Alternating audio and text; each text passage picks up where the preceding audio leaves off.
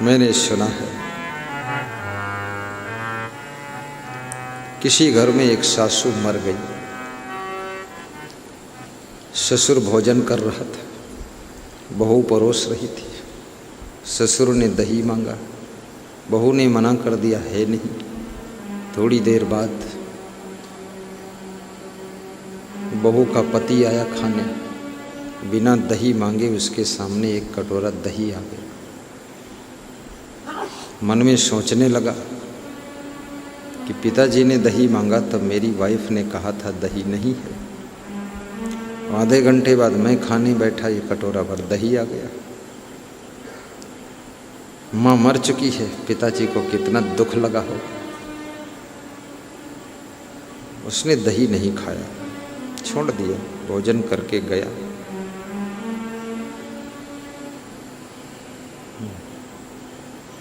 पिताजी के कमरे में बैठा और कहा, पिताजी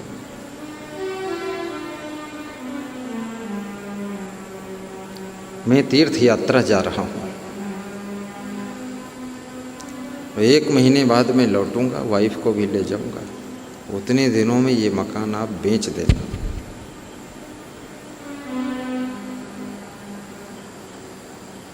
बोले फिर?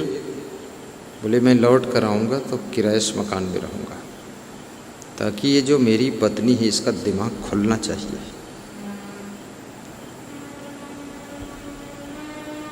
और जो फैक्ट्री है पिताजी आपकी बनाई हुई है, तो उसमें मैं अब नौकरी करूँगा, उसका मालिक नहीं रहूँगा। जो भी आप वेतन देंगे 30,000 महीना, वही से खर्चा घर का चलाना है। इसको पता चलना चाहिए मेरे बाप को दही नहीं खिलाया है। जो बाप ने फैक्ट्री भी दिया, घर भी दिया, 50 लाख का फैक्ट्री दिया है 50 करोड़ की, उसके लिए दही नहीं है। अपनी औरत को लेकर तीर्थ यात्रा चला गया। बाप ने मकान बेच दिया, स्वयं फ्लैट में कमरा लेकर रहने लगा। 1 बेडरूम का ले लिया। बेटा आया, देखा मकान दूसरे का हो गया।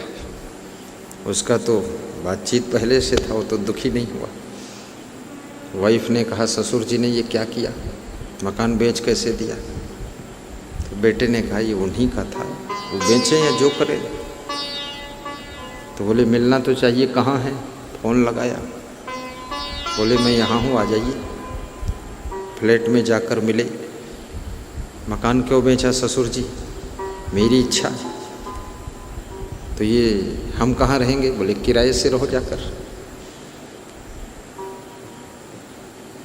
1 लाख रुपया दे दिया कि जाओ सेटिंग कर लो अपना। किराए से मकान में रहने लगे, दिमाग ठिकाने आ गया।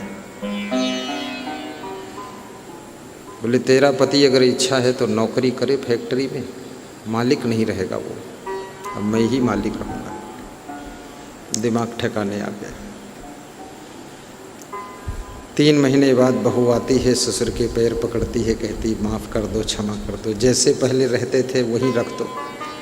बोले वो तो बिक गया मकान, फैक्ट्री भी बिक जाएगी अगर नखरे बंद नहीं हुई। हाँ, ये भी बिकेगी। बोले रुपया क्या करोगे फिर सब इतना बेच के? बोले सब दान कर दूंगा, गरीबों को दे दूंगा, मंदिरों में दे दूंगा, आश्रम में दे दूंगा। क्योंकि किसी भी आश्रम में जाते हैं तो न वहाँ मेरी पत्नी है न कोई बहू है, फिर भी इतने प्यार से वहाँ के कार्यकर्ता साधु संत सब भोजन खिलाते हैं, बढ़िया दही भी दे देते हैं। सुबह कबीर का बवरा और विशाल देव की चटनी और क्षमा देव का दही और गुरुबन देव की रबड़ी दे दूंगा, दान सब छुट्टी कर दूंगा। बेईमानों, बहू ने क्षमा मांगा, माफ़ी मांगा। ससुर ने कहा कि 5 साल ऐसे ही रहो, 5 साल बाद विचार करेंगे। अब बहू का दिमाग सुधरा तो रोज़ सुबह नाश्ते का टिफ़िन, दोपहर भोजन का टिफ़िन, शाम को भोजन का टिफ़िन ससुर के फ्लैट में पहुंचाने लगे। याद रखना, रिश्ते बिगड़ने में देर नहीं लगती है, रिश्ते बनाने में बहुत देर लग जाती है। सास बहू के बीच में भी किरकिरापन मत पैदा करिए, ससुर के साथ किरकिरापन मत पैदा करिए।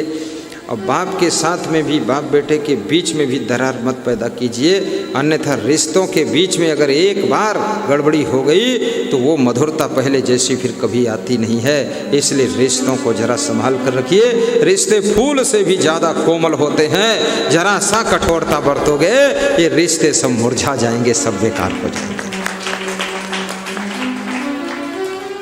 पति के साथ भी अच्छा व्यवहार करो। कितनी स्त्रियां अपने पति को बहुत परेशान करती, सुबह से लेकर शाम तक उनका पति मेहनत करता है, खेत में काम करता है, ईंट भट्ठे में काम करता है, नौकरी करता है, मजदूरी करता है, दुकान पर मेहनत मजदूरी करता है, 10-20 हज़ार महीने कमाता है, सब लाता है, अच्छी साड़ी पहनाता है। एक मजदूर हमारे पास आया, बोला कि अपनी पत्नी के लिए जेवर बनवाया हूँ। तो हमने कहा ये इतने गरीब हो तुम इतने जेवर बनवाने की क्या ज़रूरत है? अरे बोले कहीं किसी के शादी बारात में जाएगी, वो जेवर नहीं पहनेगी तो इज्जत तो हमारी ही जाएगी। अब ये फैशन चला है, वहाँ शादी बारात में कोई स्त्री जाती है, खूब जेवर लाद कर जाती है, ऐसा गले में हार पहनती है, जंजीर पहनती है, जंजीरा पहनती है, और एक से एक स्वर्णकार लोग बनाते भी बढ़िया हैं, फर्स्ट क्लास पहने रहो, छम छम छम ढोल बजाती, मिड़की आई ढम ढम ढम, पायल बजाती बहू आई छम छम छम, बहू ने ली मीठी तान और गधे ने गाया गान ढम ढम ढम। खूब नरक बनाते रहो, घर में नहीं खाने को चैन पहने घूम रहे हैं, खूब हार गले में हार, एक से एक मंगल सूत्र, घर में दंगल पैदा है, अमंगल हो रहा है, मंगल सूत्र बांधे, कान में कुंडल, बात सुनती नहीं कान से पति की, कुंडल खूब है, एक छेद फट गया, ऊपर से छेद दूसरा कराया। अरे बात सुन लो जो कहा जा रहा है, कुंडल उंडल बाद को पति को तंग ना करो, उसको खुश करो, उसकी प्रशंसा करो, प्रोत्साहित करो।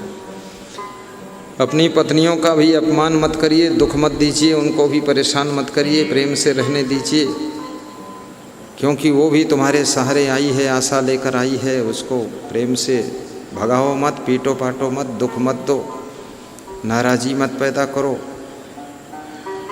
डाइवर्ट मत हो। ये मत सोचो दूसरी पत्नी लाऊंगा, तीसरा पति लाऊंगी, ये सब फालतू बात है। जो है उसको निभा लो। अब इससे अगर छुट्टी पाना है तो बस त्याग करके फिर संत महात्मा हो जाओ, छुट्टी कर दो, बावकाश ख़त्म करो। अब पत्नी वतनी के चक्कर में पड़ो ही मत फिर। लेकिन अंदर का मोह खत्म नहीं होता, भोग विलास की आसक्ति खत्म नहीं होती हो, खाम खा क्रोध करते हो, लड़ाई झगड़ा करते हो। गम खाना सीखो, प्रेम से रहना सीखो। जहाँ सुमतितः संपत्ति नाना, जहाँ कुमतितः विपत्ति निधाना, इस सूत्र को याद रखो। जहाँ सुमति तहाँ संपत्ति नाना, गाइए। जहाँ सुमति तहाँ संपत्ति नाना, मुस्कुरा कर गाएंगे तो अच्छा लगेगा।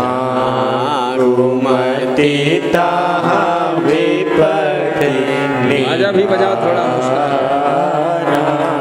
बहुत सीरियस कभी मत रहो। जहाँ सुमति तहाँ संपत्ति नाना,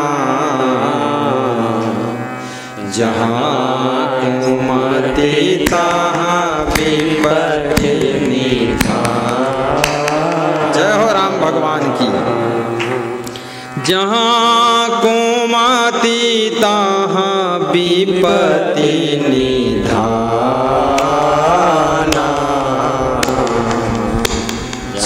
सुमत क्यों टूट जाती है?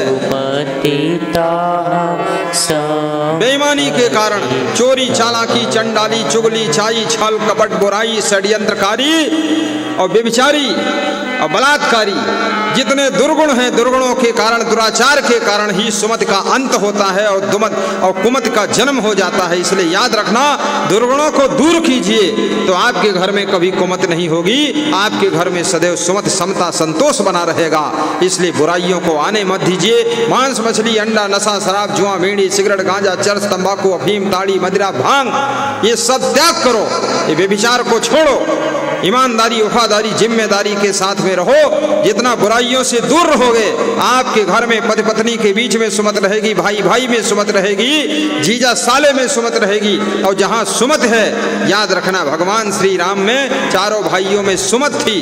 भगवान श्री राम ने रीछ भालू बानरों के बीच में सुमत पैदा किया, जिसके परिणाम से रावण जैसे बलशाली को जीता और 14 वर्ष वनवास में मंगलमय वातावरण बनाया, राक्षसों का विनाश किया, ऋषि मुनियों को सुख शांति दिया। इसलिए परस्पर में सुमत बनाकर रहना सीखो, इससे आपको सुख शांति मिलेगी, आपकी उन्नति होगी, आपका कल्याण भी होगा।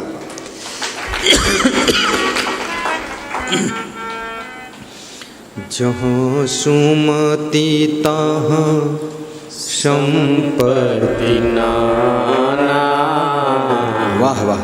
जहाँ कुमति तहाँ विपत्ति निधाना। गाइए अवधदास। जहाँ सुमति तहाँ संपत्ति जोरदार आइए। जहाँ कुमति तहाँ विपत्ति निधाना। कबीर कहते हैं अमंगलहारी जय जय जय गुरुदेव तुम्हारी जय जय जय जय कबीर साहेब।